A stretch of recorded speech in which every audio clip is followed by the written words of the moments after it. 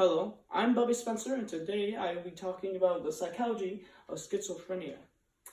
So, first of all, what is schizophrenia? Schizophrenia can be defined as a serious mental illness that can be disabling without care. The symptoms of this disorder vary depending on the individual. So, some facts about schizophrenia. Now, these are just some common facts about schizophrenia before I actually dive into the psychology side of the disorder. 1%. There is nearly 1% of all Americans that have the disorder. Anyone can get it. It is equally common among all men and women. It does not matter your race or your where you are in the world. It's equally common no matter what. Now, there is no cure. There is no cure that has been found yet for this disorder, but treatment can help with serious cases. And no known cause. Scientists have not narrowed down the exact cause behind this disorder yet. They do not know what caused it. They have narrowed it down to a few ideas or theories of what could cause this disorder, which are genes, experiences in life, and the setting of their life are possibilities that are involved in actually developing this disorder. Now, I'll talk about the main symptoms of this disorder, which are delusions, violence, paranoia, hallucinations, and disordered thoughts. First, delusions, which can be defined as false beliefs rooted in the mind that seem real but are not. These delusions can be so extreme to the point of where a person believes they have even died or they don't exist at all anymore, which is incredibly scary to me. And also, they actually believes that someone can possibly be like insanely in love with them, and that person doesn't even know that they exist, which is absolutely insanity. 4 out of 5 people with schizophrenia suffer from delusions, which is a very large amount. Next, we have violence, which is actually a very common theme among all people with mental illnesses. It is especially very aggressive in people with schizophrenia. They often become very violent, and people with this disorder are at a much greater risk to be in a violent crime or a non-violent crime, any crime. Now we have fright and paranoia. People with paranoia often feel as if someone is after them, like there's someone hunting them down or someone's out to get them, which is absolutely false, and it's just all made up in their head. They also have a false sense of self-importance and often show extreme jealousy for no reason whatsoever, along with extreme emotion and disorganized thought. Now, we have hallucinations, which many people are actually mix in with delusions and mistake them for each other and think they're the same thing. That is wrong. Hallucinations and delusions are two separate things. Delusions, which I talked about earlier, and now hallucinations, which is where someone sees, hears, smells, tastes, or feel things that do not exist. That do not exist outside their mind. People who suffer from this cannot tell the difference between reality and what is not reality.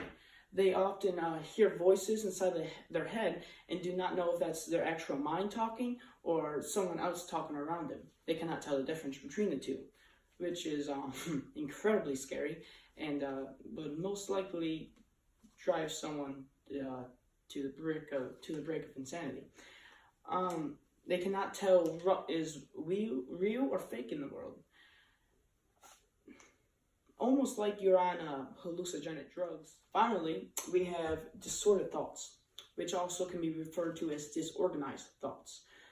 Disordered thoughts. These can consist of disorganized, abnormal, or incongruent behavior and emotions, meaning a person could be laughing at one moment and just talking about how happy they are, and the next moment can be one of the angriest people you met, and even can turn violent. And also, a person could be laughing at their father's funeral or a loved one's funeral, they're very unpredictable, and you can never tell what emotion they truly are feeling at the right time. They also could be crying while others are laughing, acting like a child one moment and becoming very angry the next. Just, once again, a very unpredictable people, and that's just why it makes this disorder so hard to really control and understand. Now, to shed a little light upon what effect does it have on the brain. Schizophrenia alters brain chemistry and brain form to produce the different behavior in those affected. Schizophrenia has been associated with a number of brain abnormalities. Many people with this disorder have been found to have extra dopamine receptors, which this means that dopamine magnifies brain activity and is what causes the hallucinations. So it really makes sense. The dopamine receptors are actually attracting more dopamine, and that's what's causing all the delusions and hallucinations inside the people's head with the disorder. And with today's modern neuroimaging studies, this has really helped scientists and the society understand what's going on in the minds of the people with this disorder. We've actually found from these neuroimaging studies that during hallucinations, there was shown an unusual high activity in the thalamus, which is depicted here. The thalamus is involved in actually filtering incoming sensory signals. So this really explains how, if it's within the thalamus is all about senses, like taste, touch, feel. And if this is being affected, and that's where the hallucinations is coming from, it really makes sense that these hallucinations are coming from the thalamus. Another study of this neuroimaging has shown that paranoia symptoms have stemmed from the amygdala. Sorry if I butchered the pronunciation a little bit, but the amygdala is its main job is to process fear in the brain. So it really makes sense why paranoia stems from this area of the brain within this disorder.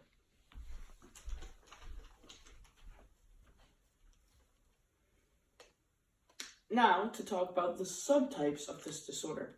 The main 5 subtypes of this disorder is the paranoia type, disorganized type, catatonic type, undifferentiated type, and the residual type.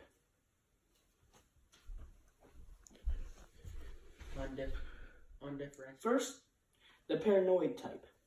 Out of all the subtypes of schizophrenia, the paranoid type is definitely the most frequently diagnosed.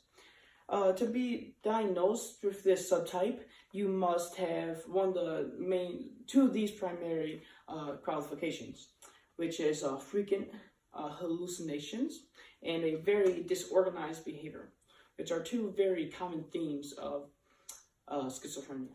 The subtype disorganized.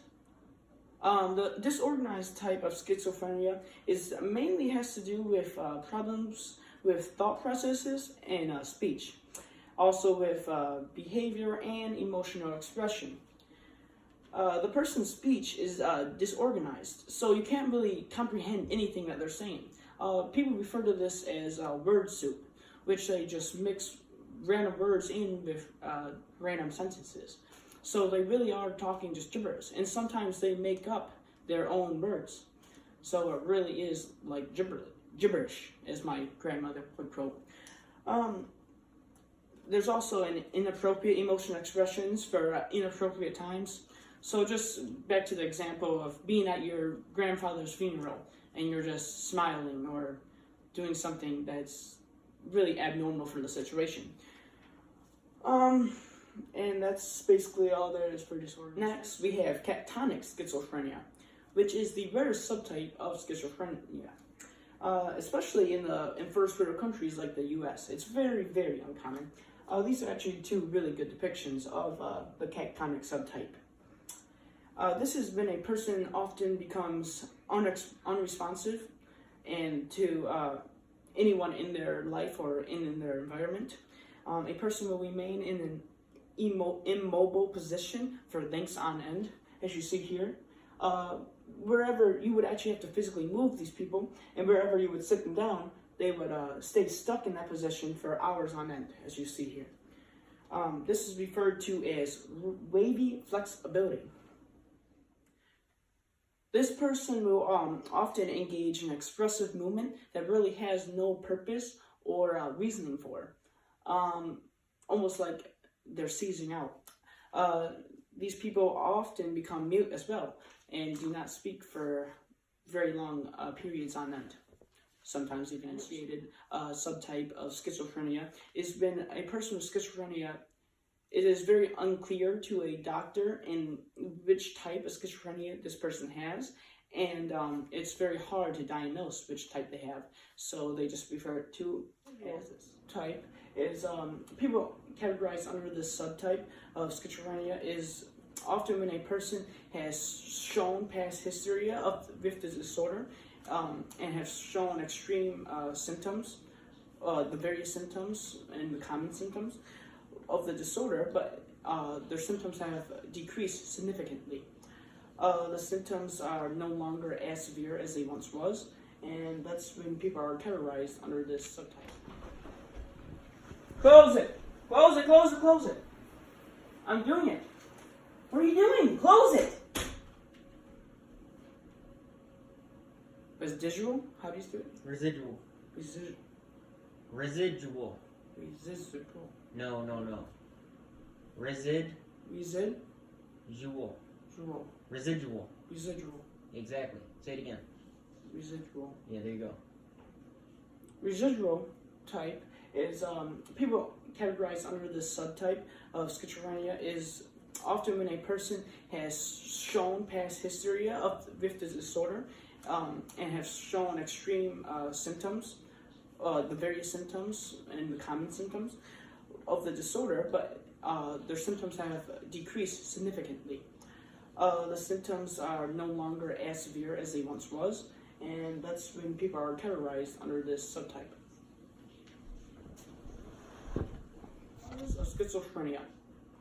Although scientists and doctors all over the world have not found a certain cause that has actually been directly correlated with schizophrenia, but they have found a few factors that could actually have a lot to do with the forming of schizophrenia and the disorder in individuals, such as genetics. I mean, it's very possible that's hereditary. If your mother or father has it, it's a better chance that you have it.